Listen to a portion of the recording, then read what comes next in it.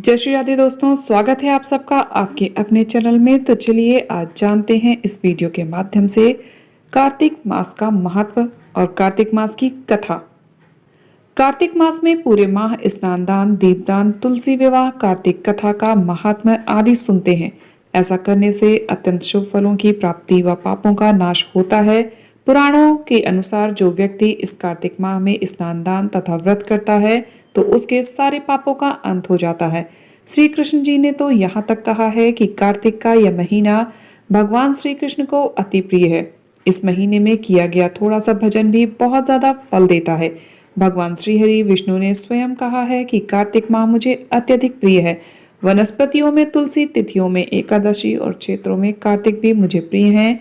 जो प्राणी जितेंद्रिय होकर इसका सेवन करता है वह यज्ञ करने वाले मनुष्यों से भी अधिक प्रिय लगता है मुझे। उसके समस्त पाप दूर हो जाते हैं। ऐसा करने से अश्वमेघ यज्ञ के समान पुण्य फल मिलता है। तो चलिए दोस्तों सुनते हैं कार्तिक मास की व्रत कथा। किसी गांव में एक बुढ़िया रहती थी और वह कार्तिक का व्रत रखा करती थी। उसके व्रत खोलने के समय कृष्ण भगवान आते और एक कटोरा खिचड़ी का रख कर चले जाते।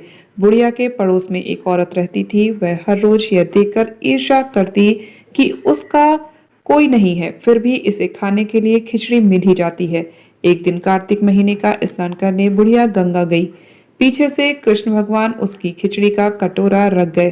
पड़ोसन ने जब खिचड़ी का कटोरा रखा देखा और देखा कि बुढ़िया नहीं है, तब वह कटोरा उठाकर घर के पिछवाड़े फेंक आई। कार्तिक स्नान के बाद बुढ़िया घर आई तो उसे खिचड़ी का कटोरा नहीं मिला और वह भूखी ही रह गई। बार बार एक ही बात कहती कि कहाँ गई मेरी खिचड़ी और कहाँ गया मेरा खिचड़ी का कटोरा। दूसरी ओर पड़ोसन ने जहाँ खिचड़ी गिराई थी वहां एक पौधा उगा जिसमें 2 फूल खिले। एक बार राजा उस ओर से निकला तो उसकी नजर उन दोनों फूलों पर पड़ी और वह उन्हें तोड़कर घर ले आया। घर आने पर उसने वह फूल रानी को दिया, जिन्हें सूंघने पर रानी गर्भवती हो गई। कुछ समय बाद रानी ने 2 पुत्रों को जन्म दिया। वह दोनों जब बड़े हो गए तब वह किसी से भी बोलते नहीं थे, लेकिन जब वह दोनों शिकार पर जाते तब रास्ते में उन्हें वही बुढ़िया मिलती जो अभी भी यही कहती कि कहाँ गई मेरी खिचड़ी और कहाँ गया मेरा कटोरा। बुढ़िया की बात सुनकर वह दोनों कहते कि हम है तेरी खिचड़ी और हम ही है तेरा बेला। हर बार जब भी वह शिकार पर जाते तो बुढ़िया यही बात कहती और वो दोनों वही उत्तर देते। एक बार राजा के कानों में यह बात पड़ गई।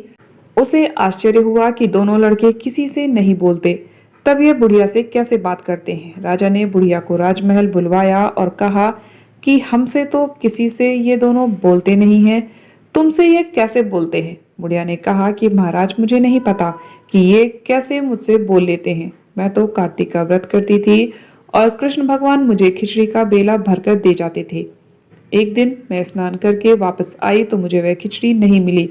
जब मैं कहने लगी कि कहाँ गई मेरी खिचड़ी और कहाँ गई बेला, तब इन दोनों लड़कों ने कहा कि तुम्हारी पड़ोसन ने तुम्हारी खिचड़ी फेंक दी थी तो उसके 2 फूल बन गए थे। वह फूल राजा तोड़कर ले गया और रानी ने सूंघा तो हम दोनों लड़कों का जन्म हुआ।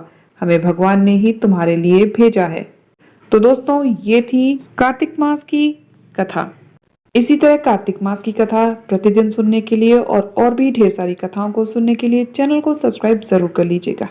मिलते हैं नेक्स्ट वीडियो में एक और नई कथा, एक और नई जानकारी के साथ। तब तक आप सब हंसते रहिए, मुस्कुराते रहिए, खुश रहिए। जय श्री राधे, हर हर महादेव।